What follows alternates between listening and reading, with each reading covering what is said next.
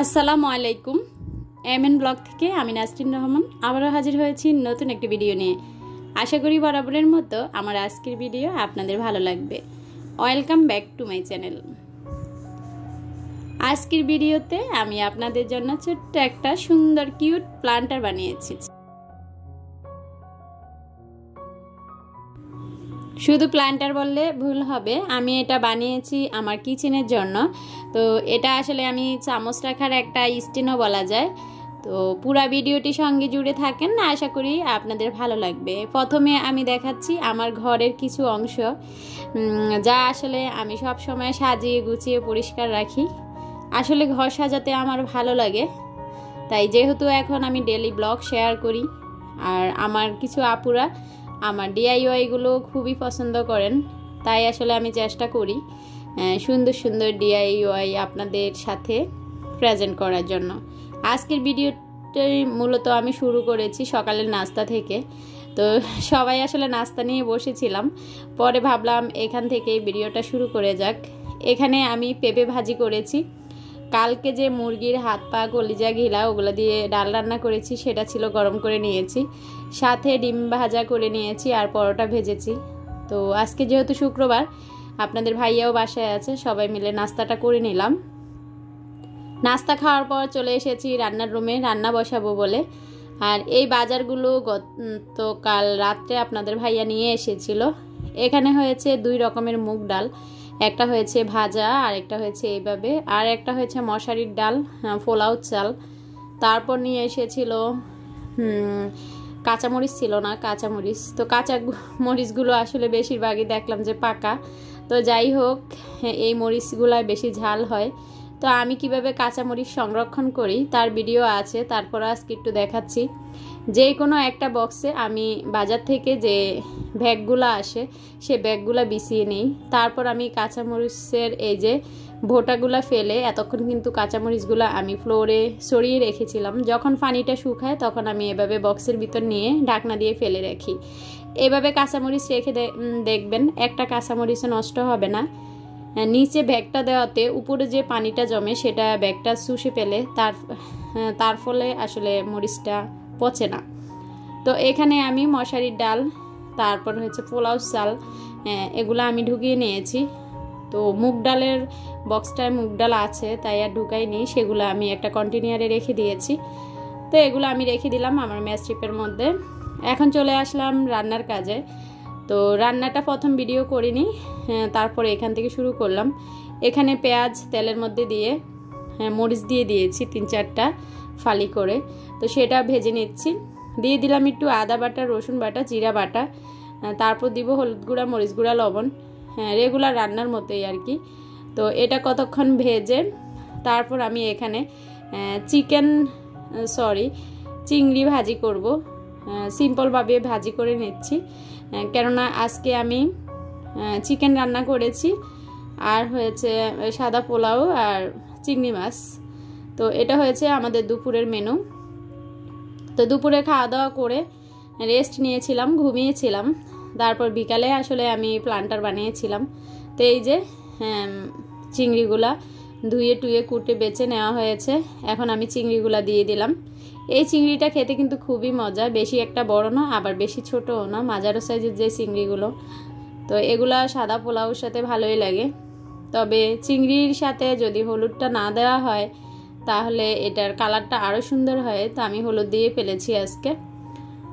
তো আমার কিন্তু রান্না হয়ে গিয়েছে। এই যে দেখেন, চিকেন রান্না করেছি এখানে আলু দিয়ে আর ভাজি, তারপর হচ্ছে সাথে সালাদ করেছি।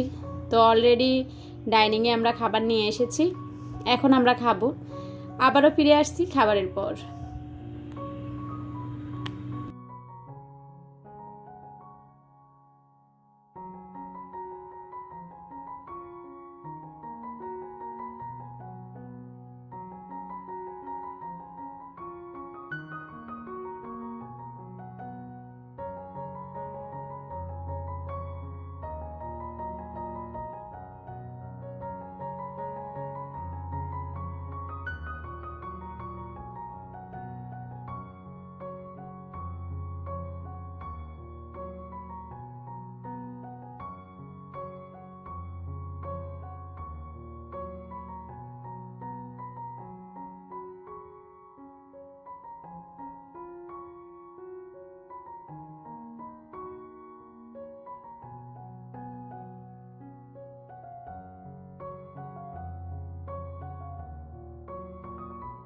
তো দেখতে পেয়েছেন আমি এখানে একটা প্লাস্টিকের বোতল নিয়েছি। তো নিয়ে আমি প্লাস্টিকের বোতলটার নিচের অংশটাকে কেটে সুতলি দিয়ে এটা পুরাটা কভার করে নিব। আর এই কাজটা করেছি আমি আইকা দিয়ে। এটা কিন্তু আইকা দিয়ে খুব সহজে আটকিয়ে যায়। যারা ডিআইওয়াই করেন তারা হয়তো এটা দেখেছেন যে এই আঠাটাই এটার জন্য যথেষ্ট, হট গ্লু গান এখানে লাগে না, ইউজ করতে হয় না। তবে অবশ্যই যখন রশিটা করবেন চেপে চেপে দিবেন, তাহলে এটা লেগে যাবে, নাহলে ছুটে আসবে। তো এরকম 2টা প্লাস্টিকের বোতল লাগবে আমার আজকের চামচের স্ট্যান্ড বানানোর জন্য। তো দুঃখের বিষয় আমি স্ট্যান্ডটা পুরোপুরি শেষ করতে পারি না, কিছু কাজ বাকি রয়ে গিয়েছে। কেননা যেহেতু আমি আজকে ঘুমিয়েছিলাম তো দেরি হয়ে গিয়েছে, তো তার জন্য প্ল্যান্টারটা অসমাপ্ত রেখে আমি ভিডিওটা আপলোড করে দিয়েছি। পরবর্তীতে যখন আবার আমি এটার একটু সাজুগুজু করাবো তখন আমি আপনাদের সঙ্গে শেয়ার করব। তো আমার ডাইনিংটা দেখতে পাচ্ছেন অনেক অগুছালো। তো আসলে যেহেতু বললাম বিকালে ঘুমিয়েছি, কোনো কাজ করা হয়নি, সব পড়ে আছে, তার মাঝেও আসলে ভিডিও করেছি এই আর কি। তো তাড়াহুড়া করে আমি ডিআইওয়াইটা করেছি, হ্যাঁ, যেহেতু আজকে ভিডিওটা আপলোড করা লাগবে। তার জন্য এই যে স্টিকগুলা আপনারা চাইলে আগেই সুতলি পেঁচিয়ে নিতে পারেন। তো এই কাজটা আমি পরে করেছি, আগে করলে ভালো হতো। তো তার জন্য যখন আমি এটা ফিনিশিং দেব তখন কিছু কিছু কাজ বাকি আছে, সেটা ঠিক করে নেব।